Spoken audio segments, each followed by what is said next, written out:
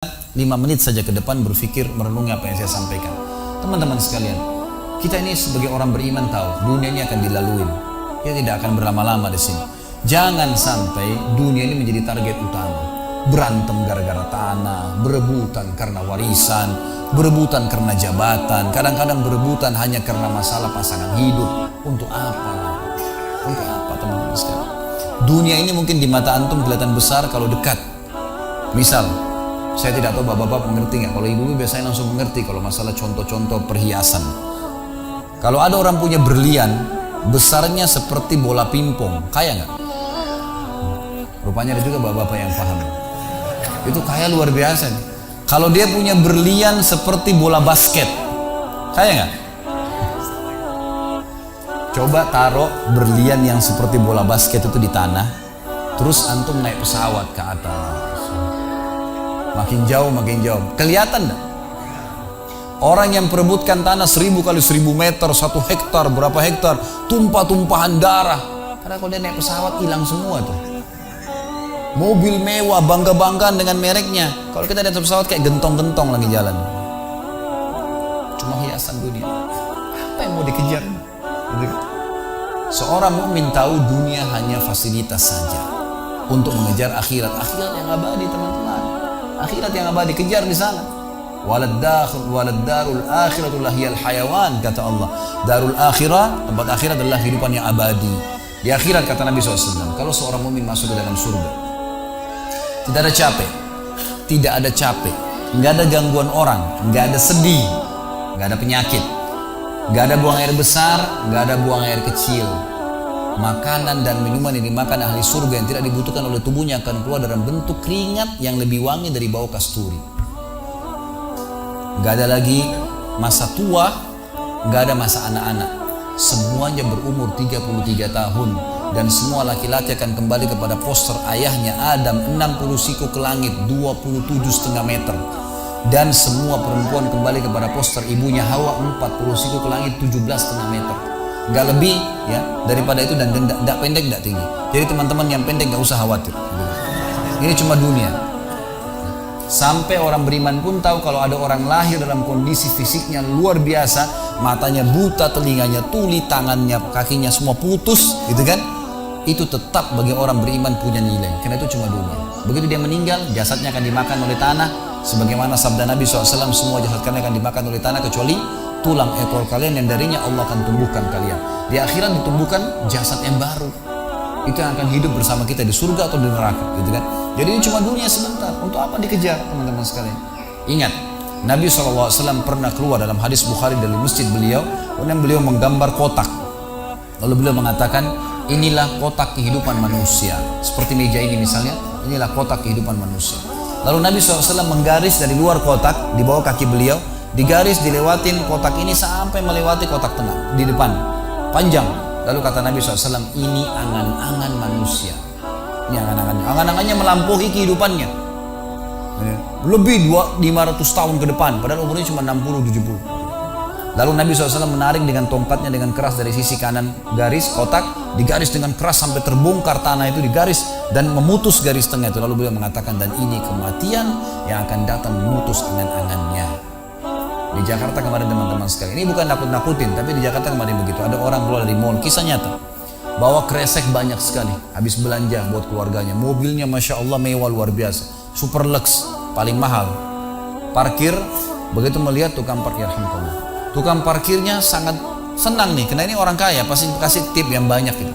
Naik di mobilnya, di starter mobil, tidak pakai supir kebetulan, dia nyalain, mobil di depan ada, mobil di belakang ada, gitu. Jadi terhimpit. Tiba-tiba orang ini tuh starter mobilnya diinjak gas dengan sangat keras, mundur ke belakang, nabrak mobil di belakang, hancur total. Tukang parkirnya pun tadi jadi marah, Pak, apa nggak lihat, ngambil marah-marah. Tapi anehnya orang ini gasnya terus kencang, gitu ribut, gitu kan? Maka tukang parkir curiga, dibuka pintu, orang itu sudah meninggal dunia. Teman-teman sekalian, pernah nggak orang ini berpikir dia akan mati pada saat keluar dari mall? Kalau dia tahu dia tidak bakal keluar ke mall tuh.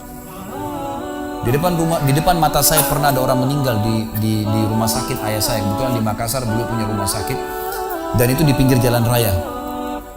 Sore hari subhanallah ada anak muda. Saya pas lagi di teras lantai 2 rumah ayah saya itu kelihatan jalan raya.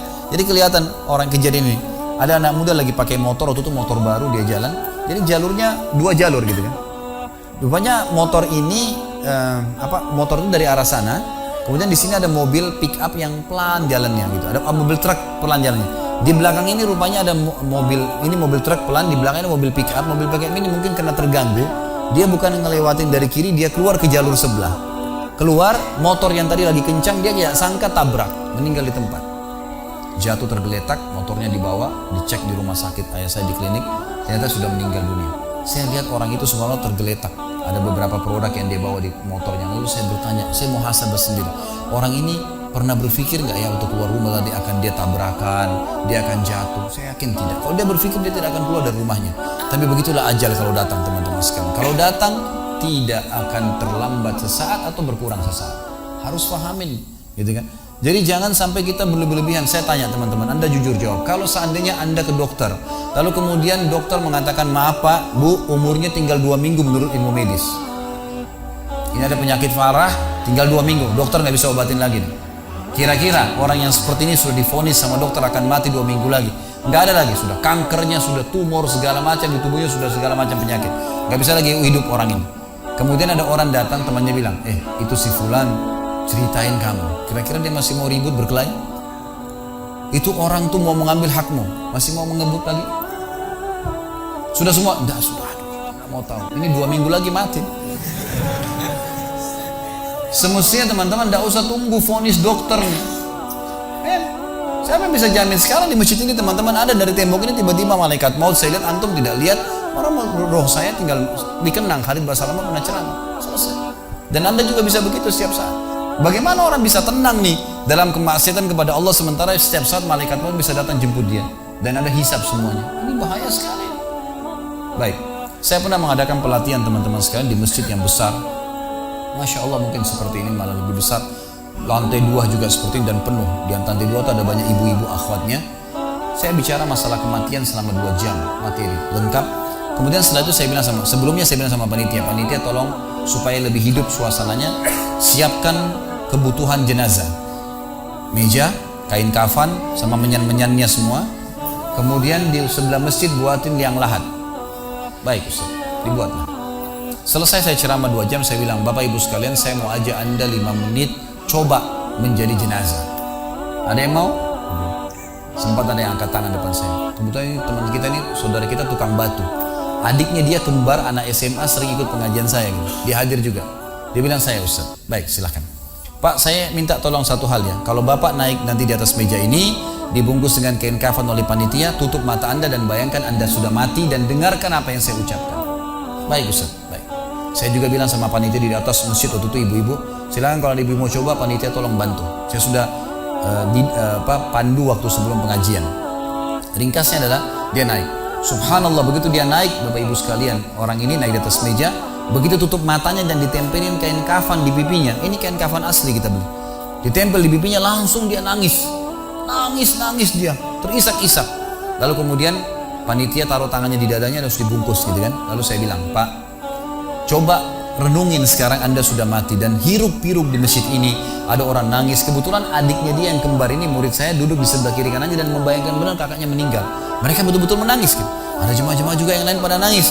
Saya bilang, hiruk-pikuk masjid ini yang sedang menangis, ada yang sedang ngobrol, ini anggap di rumah Anda pada saat Anda meninggal dunia. Dan Anda tidak bisa protes. Gak bisa bilang saya tidak mau, jangan ribut, gak bisa lagi. Enggak. Panitia pun menaruh tangan kanan di atas tangan kiri, kita nggak bisa protes taruh di dada. Dibungkus dengan kain kafan pun nggak bisa. Baik, Pak, bayangkan semua peluang amal saleh yang semestinya Anda bisa kerjakan, sholat malam, sedekah bakti dengan orang tua, baca Quran, sholat berjamaah, yang Anda sia-siakan dan Anda menyesal kenapa tidak kerjakan sekarang. Dan bayangkan semua peluang dosa yang Anda tidak sia-siakan. Kesempatan zina, berzina, kesempatan dusta-dusta, kesempatan riba-riba, semua dikerjakan. Dan Anda tidak sempat taubat dan Allah akan hukum Anda sekarang. Itu Bapak Ibu sekalian, saya tidak karang-karang dia sampai nangis Bapak ini. Terus dia nangis. Lalu saya bilang, tolong panitia datangkan geranda jenazah. Ya, datangkan. Baik Pak, sebentar lagi kami akan angkat badan Anda di geranda ini dan kami akan bawa Anda ke liang lahat sebelah masjid. Diangkatlah dia. Saya bilang, Pak, renungin, resapi tubuh Anda kesentuh dengan geranda ini. Ditutuplah lalu dipikul. Lalu saya pandu pakai mic, saya bilang, Pak, inilah detik-detik terakhir Anda bersama kami. terus sesalin perbuatan-perbuatan dosa yang Anda pernah lakukan, peluang-peluang ibadah yang Anda sia-siakan. Sampai tiba di luar masjid, saya turun ke liang lahat, saya buatin sendiri tanah, kemudian saya buatin gubernur, lalu diturunkan dia. Setelah diturunkan, saya suruh tutup matanya, kemudian ditutup dengan kain. Saya keluar, lalu saya pakai mic, saya bilang, Pak, buka matanya. Inilah rumah Anda sekarang. Walaupun rumah Anda 1000 kali 1000 meter di dunia, kembali ke 1 kali 2 meter. Ini tempat Anda sekarang. Dan sebentar lagi malaikat akan datang menanyakan kepada Anda pertanyaan-pertanyaan yang Anda sudah tahu. Selesai. Berapa mungkin sekitar hitungan detik. Ini semua proses kurang dari 5 menit teman-teman sekalian. Lalu saya bilang, buka. Dibuka kain tersebut. Lalu saya bilang, teman panitia bantu Bapak ini keluar dia. Waktu dia keluar dari kuburan liang lahat itu teman-teman, sempoyongan. Kayak orang yang sudah pusing itu keluar. Kemudian saya bawa ke masjid. Saya pegang tangannya masuk ke masjid. Duduk. Lalu saya kasih mic. Pak, tolong ceritakan pengalamannya kepada jemaah jadi jenazah 5 menit.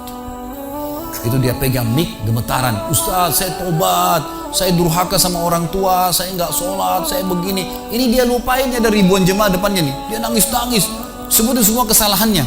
Semua pada banyak ikut nangis. Kayak orang ketakutan betul, gitu kan? Baik, selesai.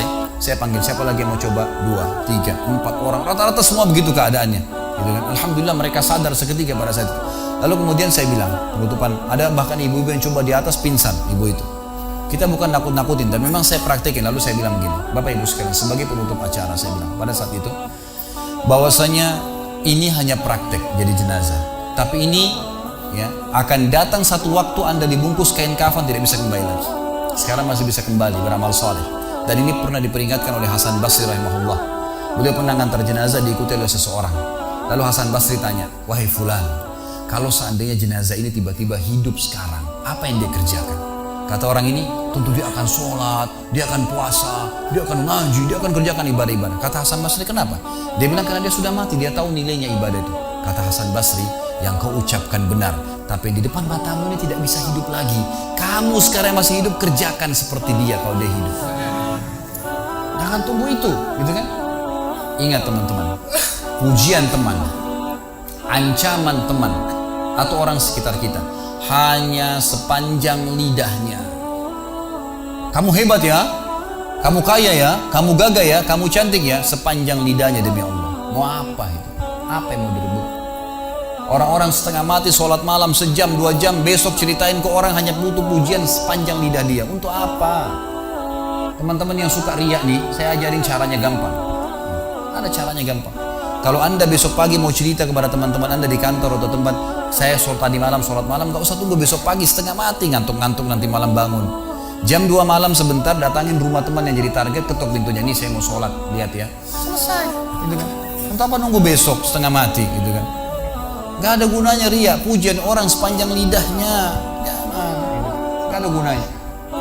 Jadi teman-teman sekalian, sadarilah mati akan datang dan jadilah seperti Bilal radhiyallahu anhu, sahabat Nabi yang mulia. Waktu ditanya, ma ra'yuka bil maut, apa pendapat Anda dengan kematian? Kata beliau, marhaban bil maut, selamat datang kematian. Apa yang saya mau takutin? Apa yang dia mau takutin kalau selama hidupnya dari bangun tidur sampai tidur semua ketaatan? Pastilah terbalik, orang rindu, gitu kan? Orang mukmin itu rindu. Waktu terjadi perang Yarmuk tahun 14 Hijriah, waktu itu dipimpin oleh Khalid bin Walid dengan di situ di dalam pasukan ada Sa'id bin Zaid. Sa'id bin Zaid salah satu yang dijamin masuk surga. Teman-teman bisa nonton serialnya di website di www.khalidbasalamah.com, ada serial sahabat. Saya ceritakan di situ ceritanya. Jadi kata Sa'id bin Zaid, waktu kami berhadapan dengan pasukan Bizantium, Romawi, Nasrani ini, mereka jumlahnya 120.000 orang, dipimpin oleh pendeta-pendeta dengan salib-salib yang besar dari emas. Lalu mereka memukul pedang-pedang mereka di perisai mereka sambil melantunkan yel-yel mereka, sehingga membuat kami pun sempat nyali kami ciut, itu kata Sa'id bin Zaid. Lalu subhanallah, datanglah Abu Ubaidah bin Jarrah, pimpinan perang yang lain, mengatakan, ya muslimin, beginilah, begitulah, semangatlah, pahala jihad disampaikan. Lalu tiba-tiba ada satu orang yang membakar semangat kami. Satu orang, dia datang mengatakan, wahai Abu Ubaidah, pimpinannya, wahai Abu Ubaidah, saya sekarang sudah tidak sabar, mau mati syahid, saya mau masuk sekarang ke sana. Gitu kan? Ada pesanmu untuk Rasulullah SAW? Ada pesan tidak untuk Nabi? Saya sudah tahu saya akan mati nih. Kata Abu Ubaidah, sampaikan salam kami dan kami memperjuangkan agamanya. Orang itu pun masuk ke pasar, ke musuh sendirian. menembus musuh tersebut sampai mati syahid. Kata Sa'id ibn Zaid, suatu saya lihat semangatnya orang tersebut dan tahu yakin dengan janji Allah benar, maka saya loncat dari kuda saya lalu saya tunduk, kemudian saya membaca Allahu Akbar, lalu saya menyerang musuh. Semenjak itu rasa takut saya hilang dan akhirnya kami memenangkan peperangan. Jadi memang teman-teman sekalian, mati itu akan dilalui. Dan memang mati sebuah pintu, kita harus laluin. Tanpa mati tidak bisa. Tapi orang beriman tahu mati itu justru kebahagiaan buat dia, karena semua yang bertahun-tahun dia kerjakan dia akan panen di sana. Semua kehidupan abadi ada di sana, maka dia rindu dengan mati. Tidak perlu takut, gitu kan? Toh akan datang. Jadi harusnya difahami masalah-masalah seperti ini. Baik teman-teman sekalian, kita tutup dengan sebuah kisah yang kita rangkumkan insya Allah tentang masalah orang kalau bertakwa kepada Allah.